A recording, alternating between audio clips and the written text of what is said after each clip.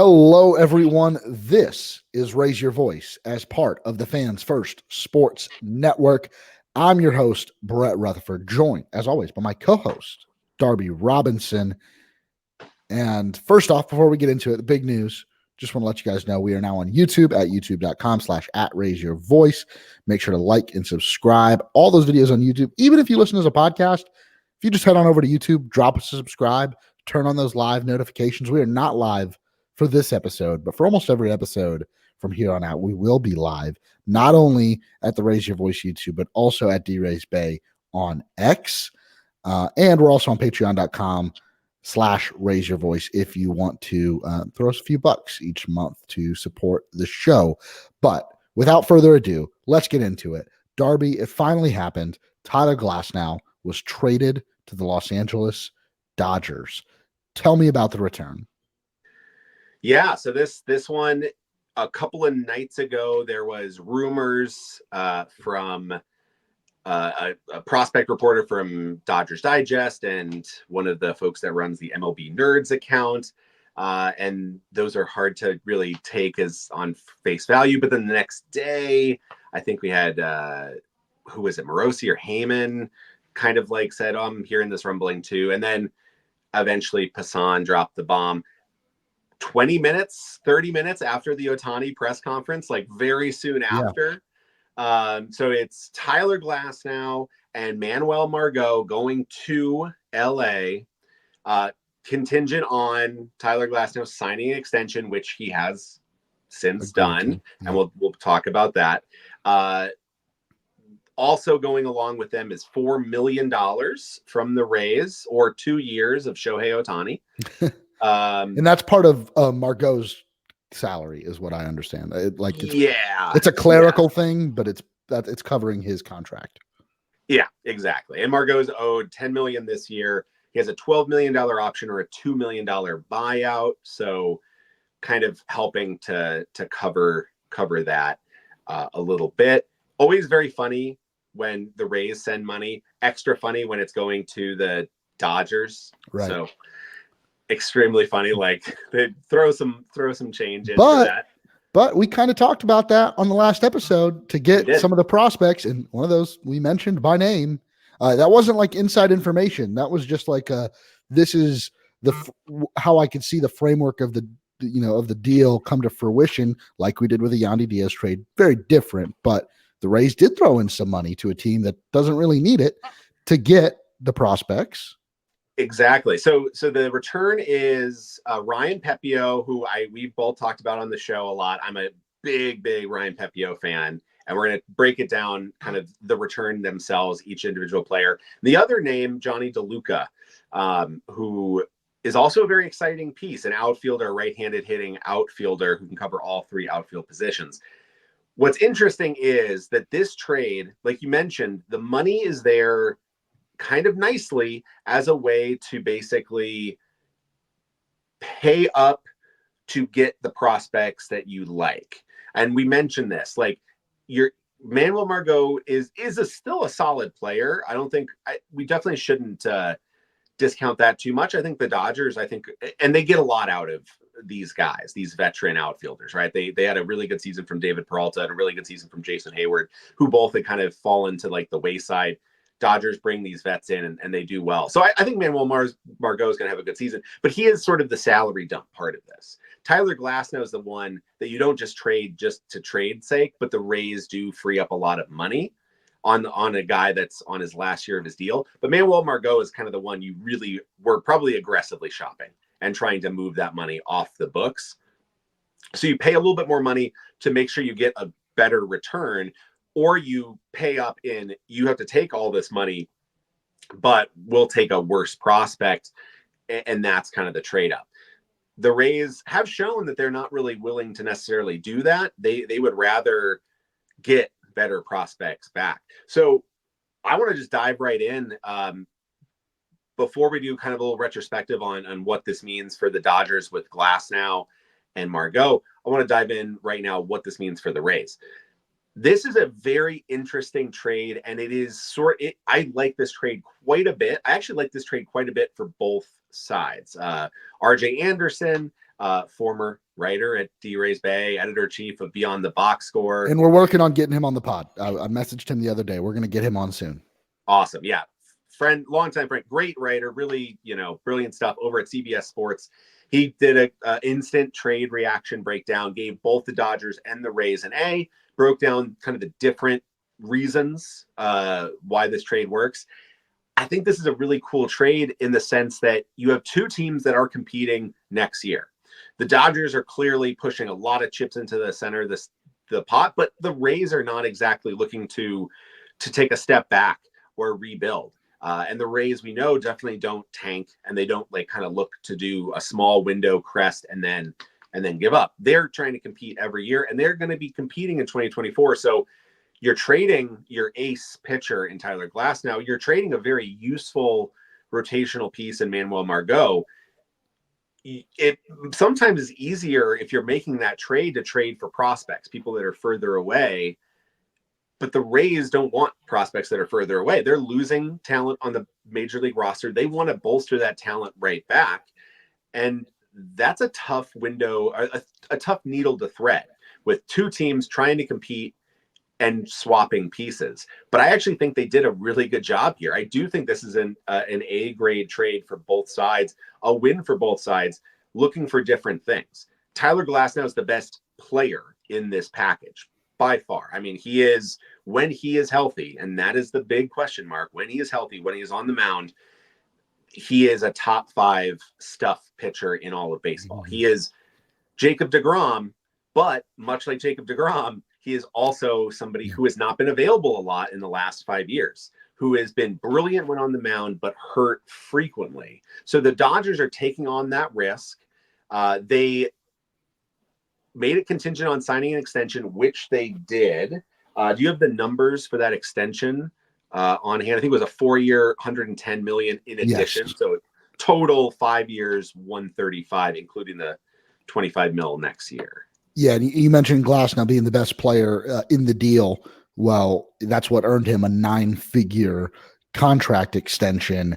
And I wasn't sure if Tyler... No deferred money. No deferred money. So you had it exactly right. But Tyler Glasnow, who long said, I would love to be in the Rays, he said, that's my preferred spot. I'd love to just stay with the Rays. Sure, he says that, but him and his agent want him to get paid. That wasn't going to happen with the Rays. It was either going to be in free agency or you trade him to a team like the Dodgers in his home state where he can go and make the money. But I do this is interesting in the fact that it is kind of a like for like. Yeah. Two pitchers who Pepiot, his role, he'll be in the rotation. I don't know how they'll manage it. Glasnow will be in the rotation for the Dodgers. Deluca going to be that 4th outfielder type for the Rays, most likely. Cover all 3 spots. Yep. Margot going to do that for the Dodgers. This is an interesting your deal. Right-handed hitter corner to center fielder, who also will be your pinch runner / lefty specialist, Deluca and Margot. Yeah, it's a weird identical trade. But to get the rights to Glasnow, right? If we're saying the opportunity to extend him, and the Dodgers weren't doing this trade unless they extended him and they thought they had a good chance, they're willing to take on Manuel Margot at a guaranteed, I guess with the $4 million that's being sent, a guaranteed $8 million, right? If they buy him out for next year, which for Manuel Margot, given the step back in production, I think we saw out of him last year, $8 million is very fair for Manuel Margot. Well, and Margot's getting 12. He's getting 12. He's getting 12. Yeah, but I'm saying for the Dodgers in terms of managing their payroll, and pay 8. Yeah, they've got to pay 8, and they can pick him up next year for the additional 12, and so it would be I guess 20 million for the 2 years. So which if he breaks out and kind of returns to his 2022 form before the knee injury, that could be a steal. It's in the $4 million again, making it like for like. The Rays basically save $8 million. The Dodgers pay $8 million. So it's basically taking that $12 million and that $8 million changes. They have to pay only $8 and they save $4. Rays pay 4, save 8. Very like mirrored things here. But yeah, it's Pepiot, very similar to almost Tyler Glasnow, different type of pitcher, but very similar to Tyler Glasnow when the Rays acquired Glasnow from the Pirates. Yeah. Not quite as far from. So Glasnow had a higher prospect sheen that had completely come off, or nearly all the way off, by the time they traded for him. He had kind of been a failed starter in a lot of ways, and then moved to the bullpen and was really struggling in the bullpen. Pepiot, not as much of a high prospect profile at the start, but has pitched his way into that. I think Baseball America is at its highest point last year he was at 55 in the top 100, and was the Dodgers' second or third highest graded prospect, behind Bobby Miller, second highest, at least pitching prospect for sure. And he was in the top 5 for their prospect haul altogether. Miguel Vargas was also in there. So it's usually like Pepiot, Vargas, and Bobby Miller as like the top 3, kind of swapping around depending upon your rankings. But he had come up, he's kind of struggled with command in his first taste of major league action in 2022. Pitched a bit out of the bullpen, showed some flashes of talent.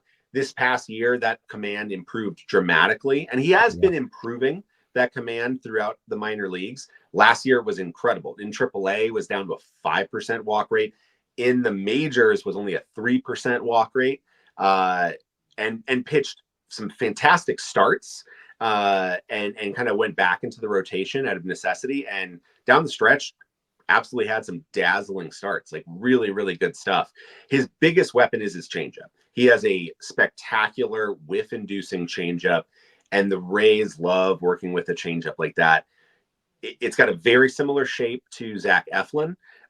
It plays really well, and his kind of command improvements also coincided with him adding a kind of a sharp gyro slider. That big distinction that we've talked about a lot of pitchers have talked about lately is the sweeper slider, which moves completely across the zone, or the more gyro slider, which is more of a up-down kind of drop. And his is more of that gyro slider. It's worked really well. It's gotten more strikes, and it plays nicely, especially against righties, with that fastball, which also has a lot of movement. The fastball's slower than Glasnow's, but it's been effective. It's gotten a lot of pop-ups. He's worked it well. It's some debate on how effective that fastball is, but the slider and the changeup have worked really well. The changeup is a plus pitch. The slider has been flash plus in this past year. He's got some very tantalizing tools, and it's one of those pitchers who, I think if you're the Rays, it's not like, oh, I can't wait for Kyle Snyder to fix him. He doesn't need to be fixed. He's made those progressions, and this is the Dodgers. They are as good as the Rays as a pitching factory. So he's had the good coaches in his ear figuring out how to maximize his stuff. So I think if you're the Rays, you just kind of keep building, and Kyle Snyder will keep helping him grow into the pitcher that he is capable of. And this is a guy we mentioned wanting as a return, if we're losing Glasnow, to replace him with somebody we said above the Aaron Savali line, right? That like kind of third starter. For myself, at least for my grading, and quite a few others have him, this is above the Savali line. He is right in that list, and with a very high ceiling. I mean, this is number 2 starter ceiling for sure. I don't know if he'll be better than Savali this year, but like you said, like the upside, the years of control, and you talked a little bit about his repertoire. He is somewhat of I think a blank canvas for the Rays to work with, where, like you said, the tools are in place. I'm curious to see how the Rays kind of manages pitches. He's mainly, fastball, changeup, that slider. I want to see it, if we see more of that this year. His changeup usage went up a lot against right-handed batters this year, which it was actually a little less effective, but the rest of his numbers, and again, dealing with a small sample size at the big league level, only 36 innings in 22 and 42 innings in 23. His numbers were incredible in 23. I wouldn't say they're very sustainable. some of them. Like he had a 99.2% left on base rate. Probably not going to be Probably that. it goes down. Yeah, it's probably going to go down a little bit. That's why you see like the ERA 2.14 in 42 innings was really solid for Pepiot. But I'm really excited to see. It's kind of like if you made Jason Adam a starter, right? Like the way this changeup works and the way the pitch mix works. And man, like it's exciting because, like, listen, Pepiot is not gonna even start arbitration until 2026. Like Right. you get 2 years of him pre-arb, so that's 2 years before the trade discussions start. If I make, if we're getting ready for it, right? Like we just got Ryan Pepiot. We can get a little bit attached to him, but a few years from now, the Delman Young trade tree needs some more fruit, and it continues to grow. What a giving tree this has been, and so, the front offices. That Delman Young trade tree has one of the GMs in this trade. Yeah. Steve Carney, I'll give him credit. He gave the updated in the generations listed from the trade tree. You had 2 major league GMs, Sam Fold and Brandon Gomes. Gomes, obviously the GM, the number 2 under Andrew Friedman.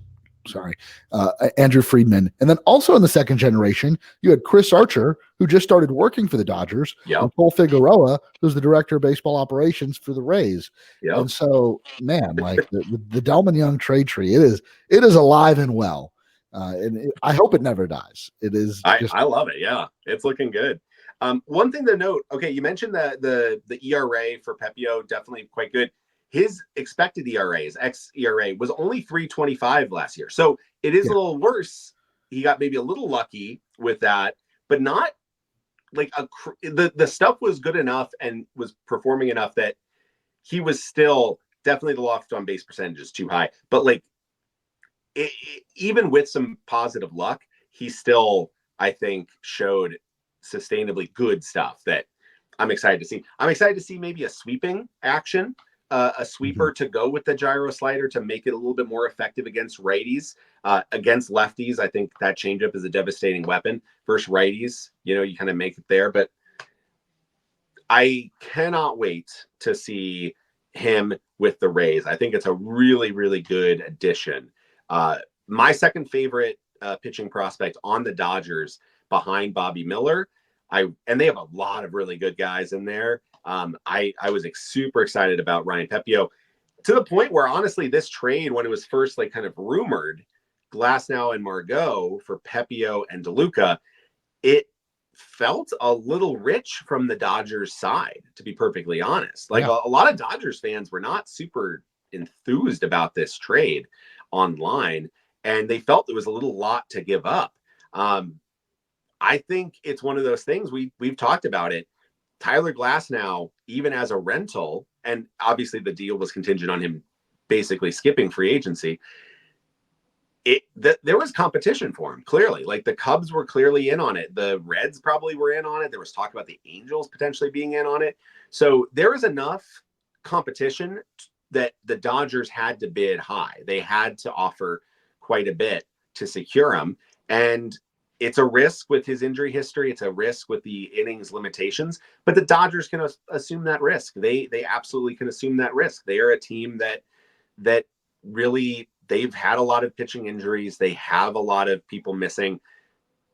They can basically assume that risk that he is maybe only an 80 to 120 inning pitcher per year. But if a lot of those innings come in October, maybe they are fine with it. So yeah. And again, they're the team that they don't need to the risk for them is a lot different than it is the risk for the Rays. And if we want to talk about the decision to trade Glasnow, which we've already had the discussion, but it was contingent on, okay, would the Rays give out a contract that size to a starting pitcher? I have doubts that there's anyone that one, because Glasnow a little bit older, most of this this entire contract into his 30s with the injury history. I mean, you would need a pitcher with a completely clean bill of health, which knock on David wood. Price. Yeah, basically a David Price. Yeah. Which the franchise, very different situation in 2014 than it is now. Well, and David Price wouldn't have signed that. Right. Because he signed a much bigger one. Yeah, exactly. And knock on wood, Ryan Pepiot, no arm injuries, no major arm injuries from what I can tell. He had an oblique injury last year, which we know all too well. But yeah, that's, obliques are a pain in the ass in their own right. But worse than the arm sometimes it feels like. You hurt your tends oblique. to linger a little bit longer sometimes too. Less known outcomes. Yeah, I mean it's one of those things. It's I think a really what I like about this trade overall. Like it's sad to see Tyler Glasnow go, and that is I fully get it. Like in terms of the folks that are in their emotions on this one, totally get it. Because Tyler Glasnow is a damn fun pitcher and a really cool guy. Like I think he just seemed like an awesome dude who just I don't know, just so chill and just so like with the flow. Xavier Scruggs posted a little interview clip with him from a week or two ago where he basically was like, yeah, I'd love to stick around with the Rays, but I know the drill, like, make all these friends and then next year you have to make new friends and like there's always the risk of being traded, and like this offseason seemed like it was 100% and like whatever, that's the way life goes. I think that's like a really good way, like attitude about it. And I think this outcome makes me happier too, because we got 5 really awesome years and memories with Tyler Glasnow. You can't take that away. That's amazing. And for Tyler, he's going to LA to a very exciting team. So he's not like being shipped off to some, rebuilding squad. He's going to an awesome club. And he just secured his contract, right? He doesn't have to worry about free agency. He can spend next offseason traveling the world to Thailand or Vietnam or Indonesia or some other cool place with his girlfriend and drink coconuts and hang out with monkeys and do all the fun stuff that he does on his travels on Insta. And not worry about having to beat the pavement and meet GMs and get wined and dined in Philly and Chicago. I think that's a great outcome. And he is 30. And instead of pitching on a 1-year deal where a potential injury costs you all that money, get that secured in an awesome place. And you get to play with Shohei Ohtani. So honestly, that outcome for Glasnow makes me happier about the trade, because I think it's a really cool outcome for him. And I think on the human level, this is a really good outcome because he gets to secure that money, not worry about that, pitch free and easy, and pitch with a really cool team. We got to talk about the other piece too, because I actually think this second piece of this is maybe where this trade really sings for the Rays. They got that pitcher back that they needed to kind of replicate Glasnow, to not be maybe as good, but like a guy that you can grow with for a while. But the other piece of this is kind of upgrading on that Manuel Margot position in Jonny Deluca. And I'm a big fan of Deluca. What do you think of this other piece here? Yeah, Jonny Deluca, first off, love the name. We've seen like this rise and the Italian American names. We see it with Vinny Tommy Pasquantino. and Tommy DeVito, the new quarterback for the New York Giants. So I'm all about getting Jonny Deluca in a Rays uniform. But it does, like, again, you go into the season like, if we're going to trade Manuel Margot, where does that outfield spot come from? Because if you look at, you already traded Vidal Brujan, which was your, maybe your utility outfielder. You've got like Cameron Misner, Roberto Hernandez, like Greg Jones is already on the 40-man. Yeah. I don't want to see any of those guys playing like significant time in the big leagues next year. And so getting a guy that I'm almost positive is going to break camp with the team, unless you go out and maybe there's another interesting move to be made, which, hey, I'm all for it, right? Like if you've got Jonny Deluca as your AAA depth, then I think you're in a really good spot. But an interesting player, gets on base, draws walks. Let's look at his numbers from this past season. Played in 24 games for the Dodgers. It was his age 24 season. Only 45 plate appearances, but had a 102 WRC plus. The walk rate has had a couple seasons in the minor leagues where it's been above 10%. And in AAA this year, where he played 41 games, it was 11.4%. He had 32 games at AA, where it was at 9.9%, and OBPs that are hovering up around 400, has a 311 OBP, again, super small sample size at the big league level, but does have some speed, has stolen some bases in the minor leagues. I can't find any glaring holes in his game. That's what I love about this guy. This is the most prototypical Dodgers outfield prospect. These guys that are like Luke 45s across the board and are just solid major league quality people. Like they have so many. James Outman, Luke Raley, Jonny Deluca. They just like have filled with these like really solid, rock solid major league contributors. Yeah. He walks a ton. He has a great strike zone discipline. Doesn't chase. That's also really good. Makes a lot of contact. That's really good. Plays solid defense. Can cover, like I said, left field, center field, and right field, which is huge. The speed is probably his like best tool. He's actually really fast. Like it didn't pop on a lot of scouting reports, but like the sprint speed times are really elite. Last year, in the very limited time that he had, that we got some Savant data, and it was in the upper 3 percentile. 29.7 was the sprint speed. For instance, Jose Siri last year was at 29.8. Mm-hmm. So Jose Siri-esque speed.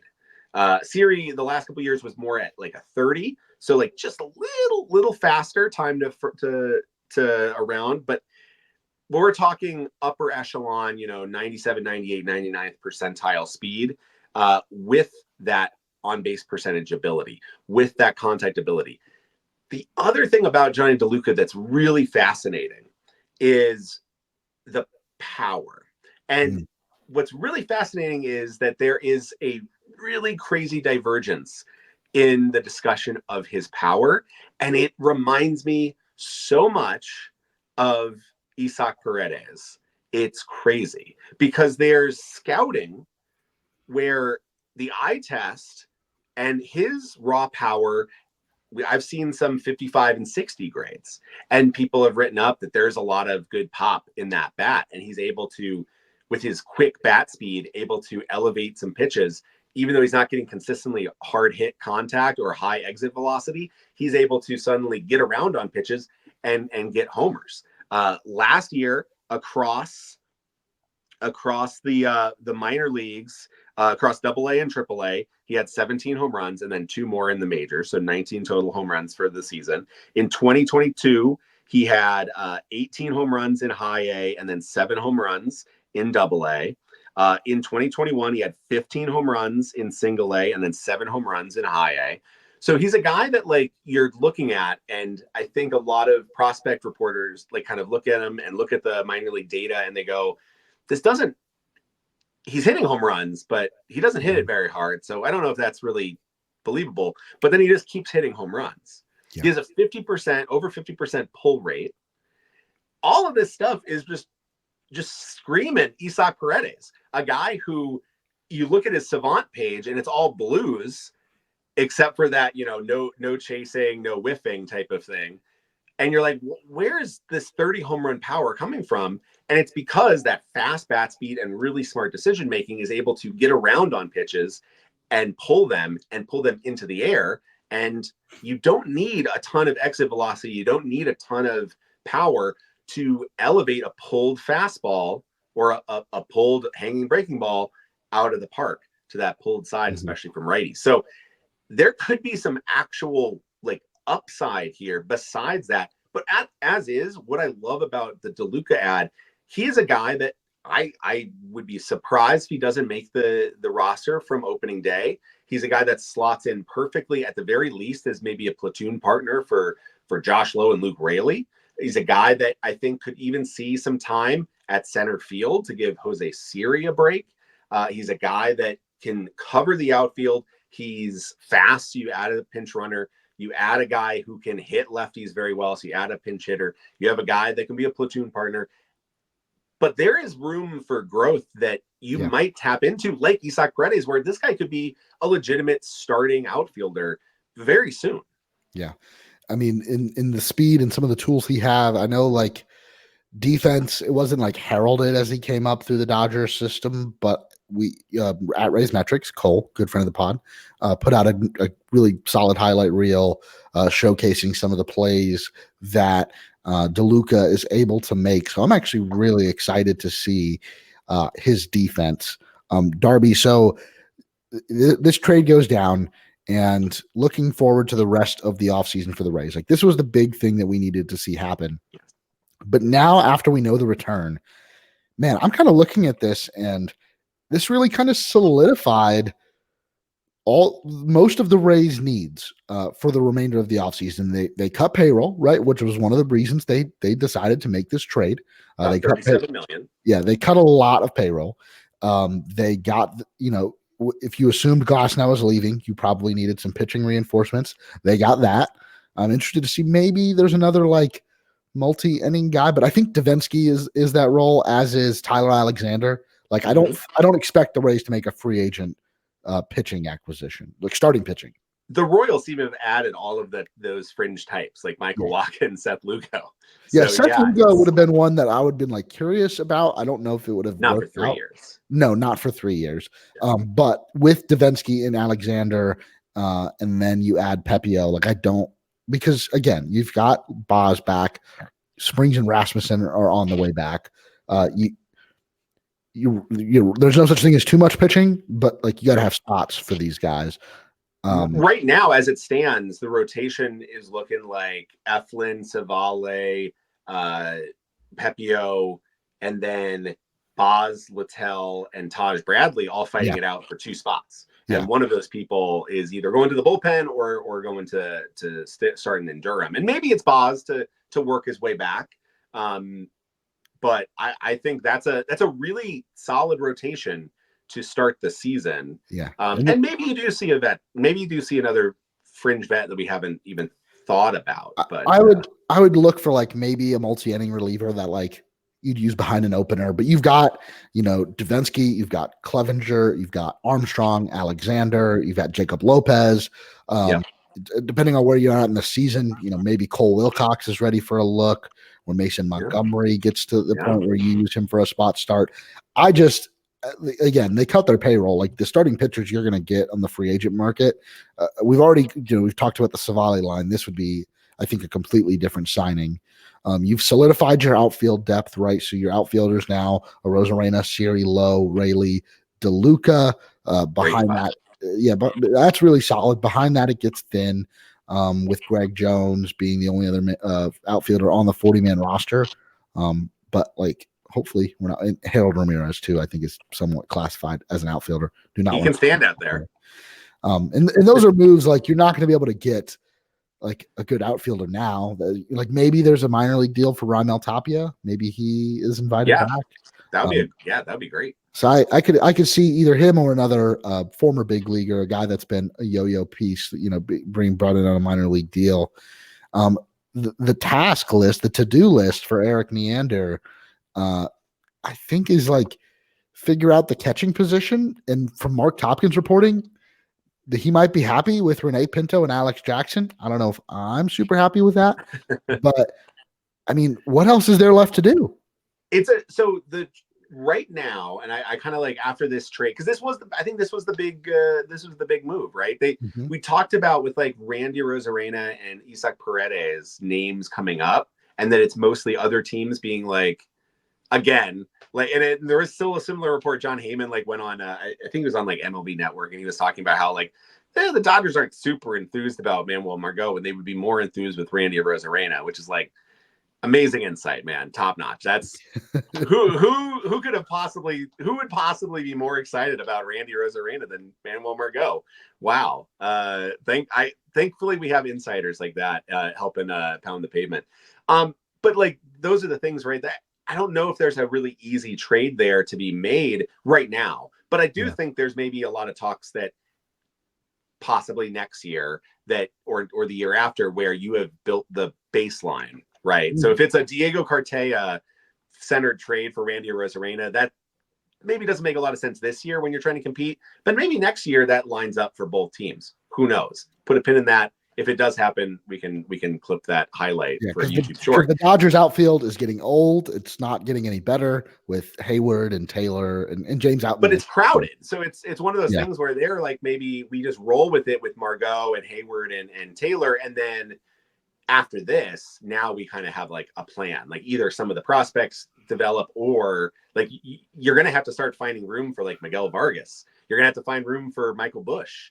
Like these guys have to, like, they are similar to the Rays with Caminero and Meade. It's like, it's a good problem to have. Good franchises have that problem, but you still are like, okay, where do we put all these people? The big question marks are, we don't know what's going to happen with Wander Franco in the shortstop position. Taylor Walls right now is your starting shortstop. Is he going to be healthy enough for opening day? Maybe. Are you comfortable with Walls and Basabe as your shortstop pairing? Do you bring in a vet for a short-term deal? What do you do there? Two, like you mentioned, catcher.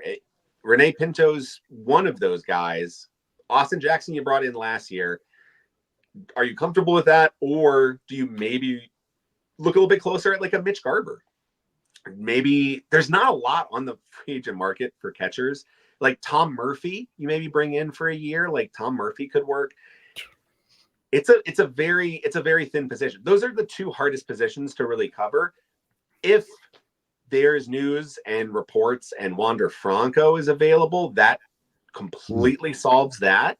But those are two big question marks that I don't know there's a real easy answer to right now to like go out and get. And there's nobody really on the free agent market that you're like clamoring for. I'd say catcher is like the last thing to really look at. I mean, they always will add relievers, and you're probably going to see some more action in the like minor league or spring training invite list guys. But are we really going to see like a major league reliever added? I don't know. Yeah, I would like, don't expect another massive move, right? I think Arozarena and Paredes are staying for this season. Again, never say never with the Rays. Never, yeah.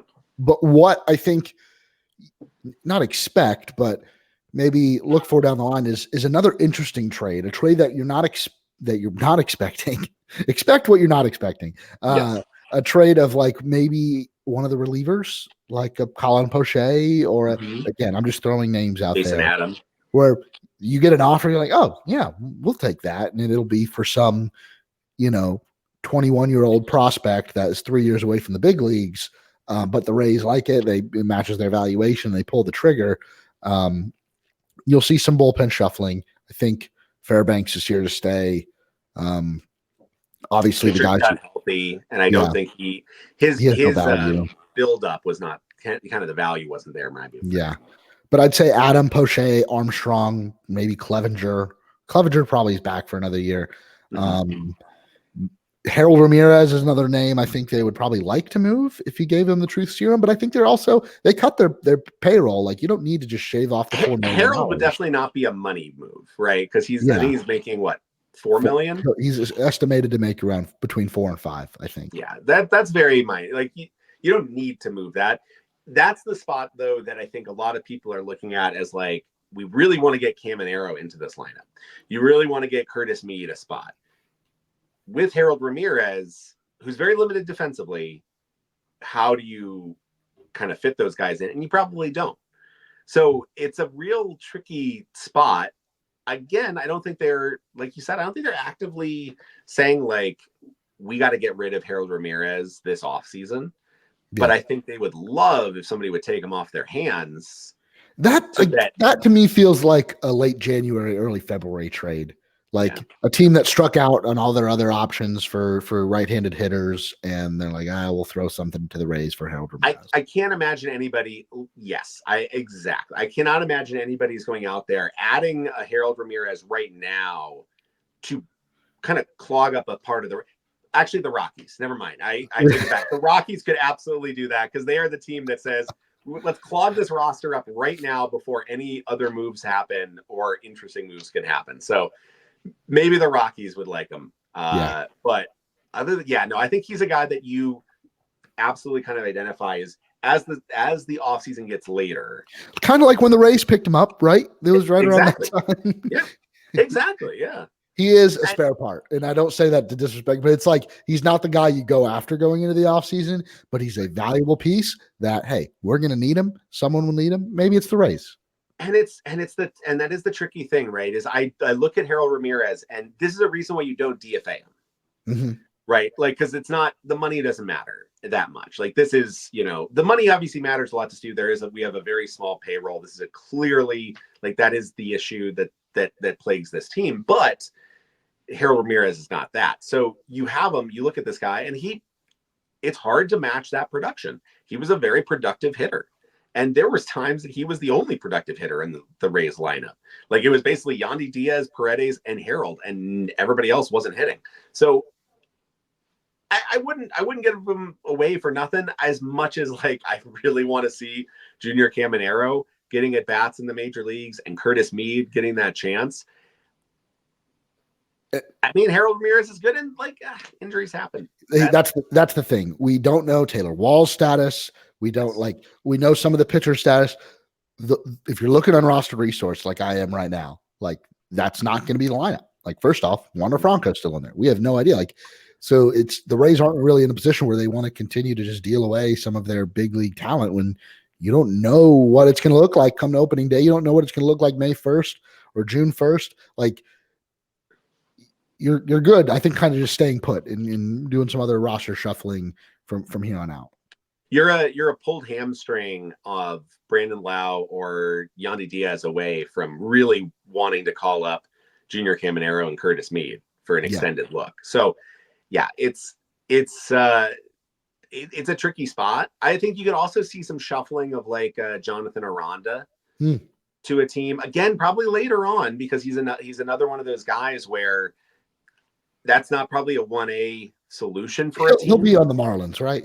Bendix will get him. Yeah, he'll be there soon. But yeah, it's one of those things where I think I would also agree that I think the major moves are probably done, and that's both coming and going. I think like, I don't know if you're going to see a big impact. As much as I would love, like, Mitch Garver for 3 years, I don't know if that's a thing that the Rays would be willing to do. He's another guy that's very injury prone and maybe not somebody you want catching. So that is a little more limiting. They might say that they just would rather the defense of Alex Jackson and Rene Pinto. I think the Rays stay in that market for Garver. I think they price enforce it. I think if the market's softer, I think he is somebody that you could absolutely add. There's probably like a 2-year deal with an option for a third out there to be had between the Rays and Garver. Like, if the market, like, but they're not going to get a bidding war for him. No, and nor should they. But yeah, I think Garver or maybe a Tom Murphy. I think there could be another major league catcher added. Shortstop, I think that one is maybe one of those things. I think if you wanted to get a veteran shortstop to be in support of Taylor Walls, that's a Harold Ramirez-esque situation later in the offseason. Yeah. It's somebody's available and you call it again, like a Miguel Rojas, who's probably available. Anytime you say veteran shortstop, I just think Miguel Rojas. And I think he'll be in the big leagues for another 10 years. Just he'll just keep help filling shortstop role. Is Jose Iglesias still around? What's he up to? He was on the Angels last, I think. Yeah, he'll be around. So I think there's you could see something minor like that, nothing that's super exciting. Catcher is the last spot I'm looking at. Until Mitch Garver signs, I'm going to hope that that's a Rays addition, because he is pretty much the only catcher that's, like, starting caliber that's available. Yeah. I can't imagine if there's any others, but yeah, it's a tough spot unless you do trade like a major piece, like unless you're trading Paredes or Randy for, like, Cal Raleigh. I don't think there's a starting catcher that's available, because every team is in the similar vein of, like, needing catching. Yeah. We'll finish the show on, just because I saw it come across the timeline while we're recording. So apparently, we heard that this deal was contingent on Tyler Glasnow signing an extension with the Dodgers. And part of the pitch from the Dodgers was a video from Shohei Ohtani to Tyler Glasnow, where he wished he could share a rotation with him this season, but then added, quote, "I want to hit some home runs for you." And I just have to say, and I'm really sad Tyler Glasnow won't be pitching for the Rays, but I accepted it. And I'm super excited to watch this Dodgers super team. That might not be a popular opinion, but I think, like, for me, as someone who, like, is an MLB TV subscriber, and during the season when the Rays games are over, I like watching some West Coast games, and I usually enjoy, whether it be for like the broadcast team or the people on the field. So for me, it was like I liked watching Mariners games, great broadcast, and I loved watching Angels games because you got to see Mike Trout and Shohei Ohtani. Now it's going to be, obviously you have the Dodgers, you have Joe Davis, and great, and Oral, and Hershiser, maybe the best team in the game. It might be current. Yeah. You're going to have one of the most loaded rosters in Major League Baseball history. And so it's going to be appointment television. Like, I'll watch almost every Glasnow start just because I love the guy and I want to see what he's up to. And I'm hoping, like, I know we've talked about, like, oh, the Rays don't want to sign him or they're going to trade him because he's got an injury history. Like, I would love to see Glasnow put together like 5 straight 120 to 150 inning seasons. Yeah. And pitching deep into the postseason. And hopefully when that rematch happens with the Rays and Dodgers in the World Series, it's Ryan Pepiot starting game 4 against Glasnow, and he can get the better of him. So exactly. That's going to do it for this week's episode. We went a little under an hour. Just wanted to talk about this trade. We didn't want to wait till the weekend. We'll be back at some point next week. We're now, we can get into some more of the fun off-season stuff we did with our Ultimate Rays opening day lineup. I saw a couple people on draysbay.com, including Adam Sanford, D-Rays Bay writer, throw out their lineups. It was interesting to see. Adam went with Jose Canseco at the DH. Did you catch that? I did. And Zobrist at shortstop. Yeah. So, like, and again, you and I were in lockstep for most of it, except for the catching position. But there are variations of like how you could build that lineup. And I liked seeing Adam. So that's going to do it for this week's episode of Raise Your Voice. Once again, we are on YouTube now at youtube.com/@raiseyourvoice. Even if you're listening to a podcast, hop on over to YouTube, subscribe to our channel, like this latest video. And if you're watching on YouTube, head on over and subscribe to us as a podcast. Even if you don't use that podcast app, just let it rack up those downloads. That's going to help spread what we do to more and more Rays fans. And once again, guys, if you'd like to support the show, head on over to patreon.com/raiseyourvoice. We've got multiple subscription tiers. And as we kind of build that, we're going to come up with some interesting content that can go out there to our Patreon subscribers, but nothing that you already get will go beyond a paywall. And as always, guys, make sure to head on over to draysbay.com to check out all of that great Rays coverage. We will talk to you next week.